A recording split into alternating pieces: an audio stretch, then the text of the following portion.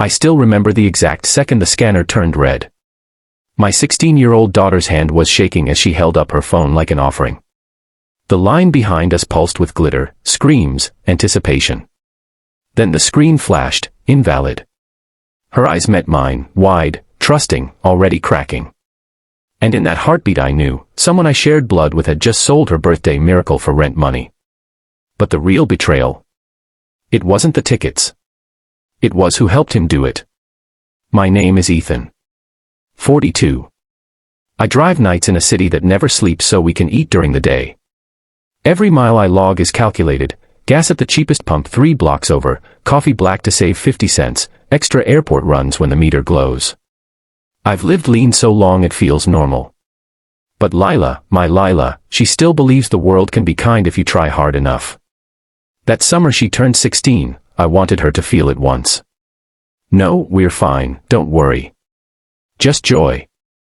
Pure, stupid, expensive joy. I saved 4 months. Skipped lunches.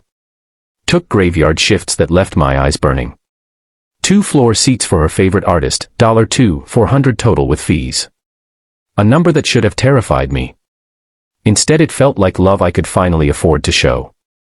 We got ready together that afternoon. She painted glitter on her cheeks, braided friendship bracelets for strangers she'd never meet. In the car she kept refreshing her ticket email, reading the confirmation out loud like a poem. Dad, we're actually going. Her voice cracked with happiness. I gripped the wheel tighter so she wouldn't see my hands shake from pride. Earlier that day, while I was waiting at a light between fares, my phone buzzed. A text from my mother, Evelyn. Call Marcus. He's in a bad place again. No hello. No how are you.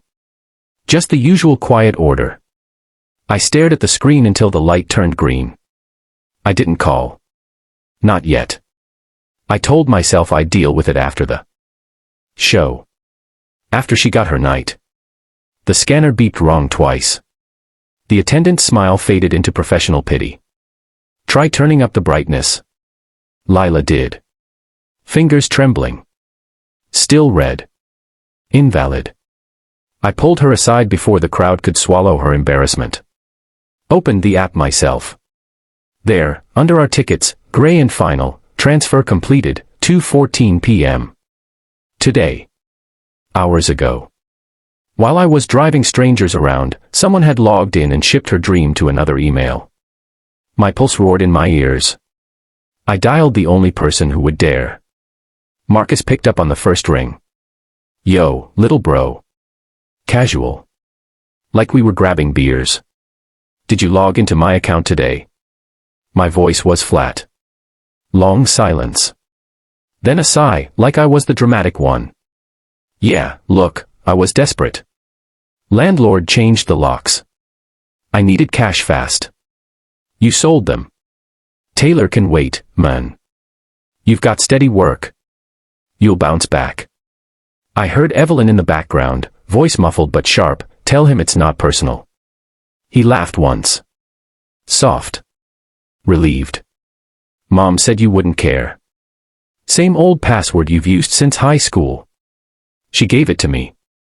I hung up. Lila was watching me, mascara starting to streak. Dad. I forced a smile that tasted like metal. We're not getting in tonight, sweetheart. Her face crumpled like paper. But that wasn't even the worst part. We walked away from the glowing entrance.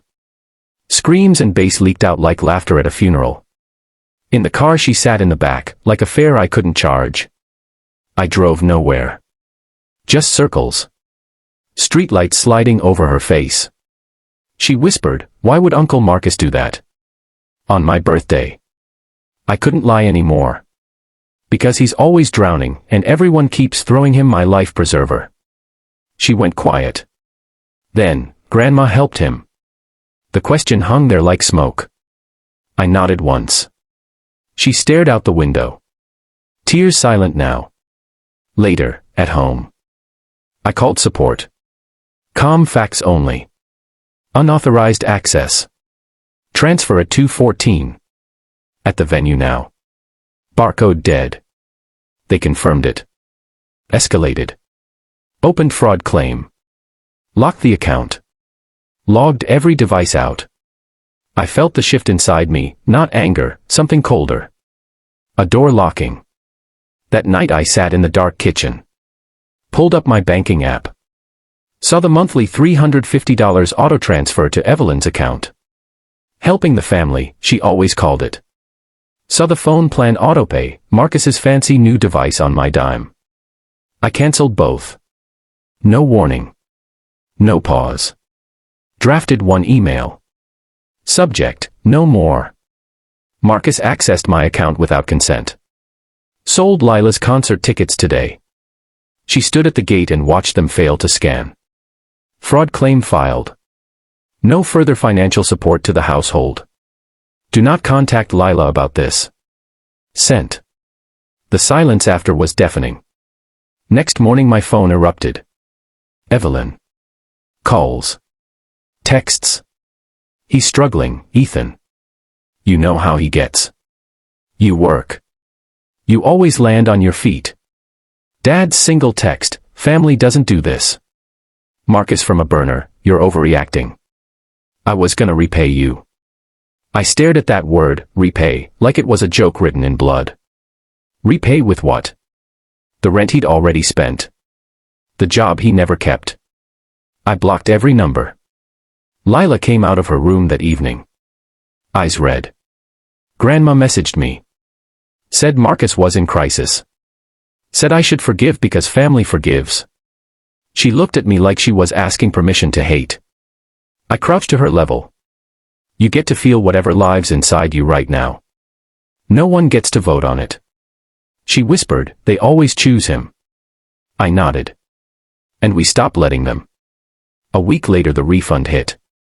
Full $2,400. I didn't celebrate. I transferred it to a new account in Lila's name only. High yield. Locked. Then I opened an old email folder I hadn't touched in years. Screenshots.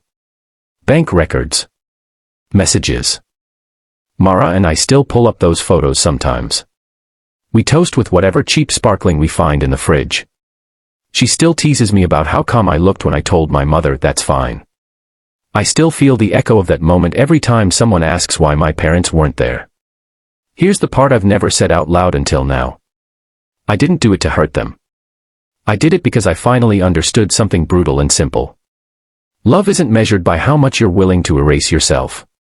It's measured by who still shows up when you stop letting them rewrite your life.